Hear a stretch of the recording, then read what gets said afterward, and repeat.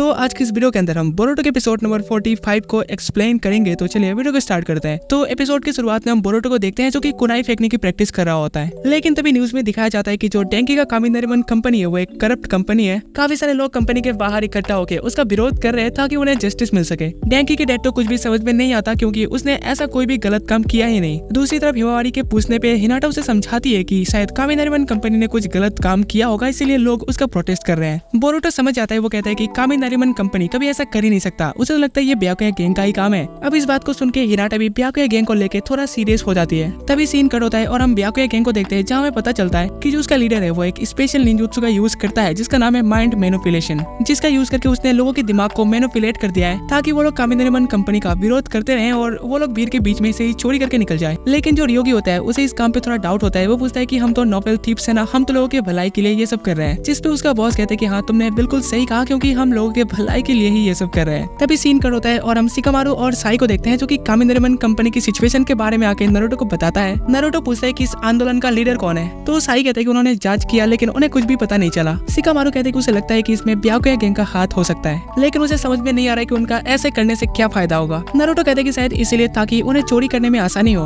वो कहते हैं कि ठीक है, फिर मैं बाकी गाँव से भी संपर्क करता हूँ और इस ब्याकुया गैंग के बारे में इंफॉर्मेशन निकालता हूँ। तभी शिकामारु नारुतो से पूछता है, लेकिन तुम तो पहले से ही दूसरे मिशन के दबाव में फंसे हुए, तुम इसके लिए समय कैसे निकालोगे। नारुतो बताते कि अगर विलेज के अंदर कोई भी अशांति फैलती है तो उसे सुधारने की जिम्मेदारी उसकी ही है। अगले सीन में हम बर्गर शॉप को देखते हैं जहां बोरुतो वो लोग पूरी तरीके से चौंक जाते हैं क्योंकि शॉप के बाहर लोग कामिनारीमन कंपनी को प्रोटेस्ट करते हुए उसका नारा लगा के घूम रहे होते हैं। उन्होंने बोर्ड में लिखा था इक्वलिटी, यानी कि उन्हें सोसाइटी के अंदर समानता चाहिए। इनोजिन बताते कि इससे पहले विलेज में कभी ऐसा नहीं हुआ। बोरुतो बताते कि वो लोग गरीबों के लिए ही ये सब कर रहे हैं, लेकिन चोरी करना तो चोरी ही हुआ ना, ठीक है ना शिकाडाई। लेकिन शिकाडाई बोरुतो की बातों पे बिल्कुल ध्यान नहीं देता, जिस पे इनोजिन को थोड़ा शक होता है। वो पूछता है कि तुम ब्याकुया गैंग को बिल्कुल इग्नोर जैसा कर रहे हो, कुछ हुआ है क्या। तो शिकाडाई कहते हैं कि उसे कुछ भी नहीं हुआ। इतना कह के वो वहाँ से जाने लगता है तो चोचो उसे रोकती है क्योंकि आज उन्होंने अपने नेक्स्ट मिशन के लिए एक मीटिंग रखा है। लेकिन शिकाडाई नहीं मानता। वो कहते हैं कि ठीक है, फिर हम लोग कल मीटिंग कर लेंगे। अब अगले सीन में हम रियोगी को देखते हैं जो कि अपने हाथ में फोन को लेकर उसे देख रहा होता है और उसे शिकाडाई की याद आती है कि वो लोग कितना अच्छा दोस्त बन चुके हैं। लेकिन तभी उसे याद आता है कि वो तो एक नोबेल थीव है और उसने डिसाइड कर लिया है कि वो अपने लाइफ को इसी तरीके से गरीबों की मदद करते हुए जिएगा। तभी हमें उसके बचपन को दिखाया जाता है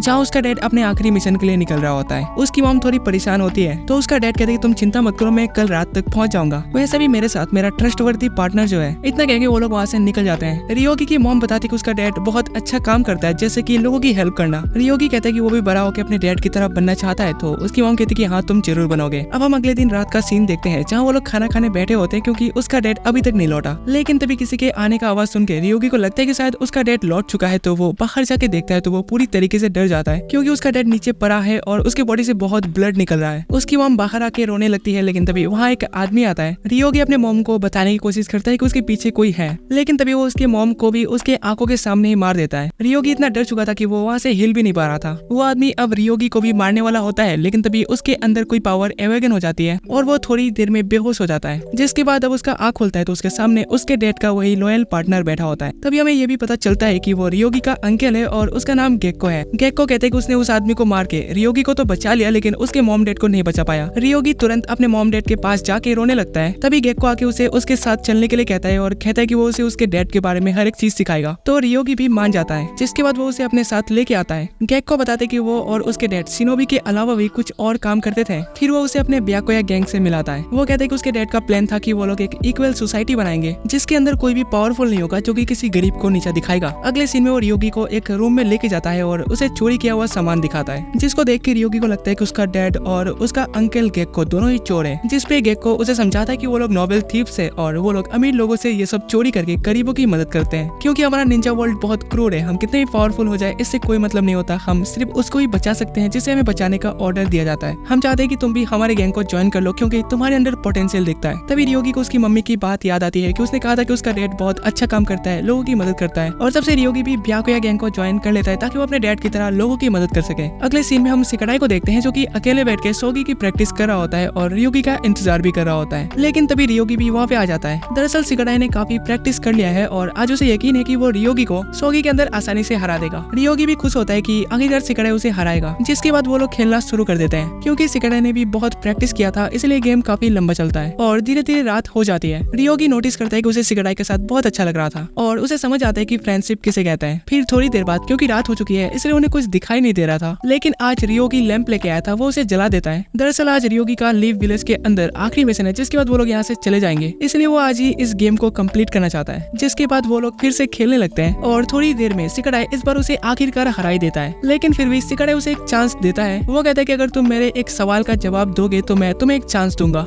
जिसपे वो मान जाता है। फिर सिकडाई पूछता है कि तुम ब्याकुया गैंग का मेंबर हो, ठीक है ना? जिसपे वो चौंक जाता है। वो कहता है कि मैं नहीं समझा, तुम क्या कहना चाहते हो? सिकडाई कहते हैं कि उसे तो पहले से ही अंदाजा था, क्योंकि कोई इंसान जो कि पहली बार विलेज में आया है, उसे कामी नारिमन कंपनी के बारे में इतना इंटरेस्ट क्यों है? असलियत तो यह है कि तुमने पहले से ही विलेज के ऊपर नजर रखा हुआ है। जिस पे रियोगी उसे समझाने की पूरी कोशिश करता है कि वो ब्याकुया गैंग के साथ नहीं है, और आखिर में वो सिकडाई से प्रूफ भी मांगता है और कहते हैं कि ये सब बस तुम्हारी इमेजिनेशन है। सिकडाई कहते हैं कि तुम्हें क्या लगता है मैं बिना किसी प्रूफ का ही तुम्हारे ऊपर इल्जाम लगाऊंगा? फिर वो बताता है कि रियोगी ने जो लैंप लाया है वो चोरी किया हुआ सामान के लिस्ट में से एक है। जिस पे रियोगी चौंक जाता है और खड़ा होता है तो वो लैंप नीचे गिर के टूट जाता है। रियोगी को लगता है कि शायद सिकडाई अब उसे कैप्चर करवा देगा। वो उसे पूछता भी है। सिकडाई कहते हैं कि नहीं, मैं ऐसा कुछ भी नहीं करने वाला, मैं किसी को भी इसके बारे में नहीं बताऊंगा। मैं बस चाहता हूँ कि तुम ऐसे बेवकूफों वाली हरकतें करना बंद कर दो। सिकडाई उसे समझाता है कि ये जो नोबल थीव है, तुम कुछ लोग मिलकर दुनिया को बदल सको, ऐसा पॉसिबल ही नहीं है। अगर तुम ऐसे ही करते रहे तो एक दिन आएगा जिस दिन तुम पकड़े जाओगे, इसलिए तुम ये सब करना छोड़ दो। लेकिन रियोगी नहीं मानता। वो कहते हैं कि अगर वो पकड़ा जाता है और वो मारा जाता है तो भी इससे कोई फर्क नहीं पड़ेगा, क्योंकि वो अच्छा काम करने के लिए मर रहा है। इतना कहते वो अपने पॉन को नीचे फेंक के जुत्सु का यूज कर देता है, जिसे सिकडाई आसानी से डॉज कर लेता है। रियोगी कहता है कि सिकडाई किसी भी चीज को सीरियसली नहीं लेता,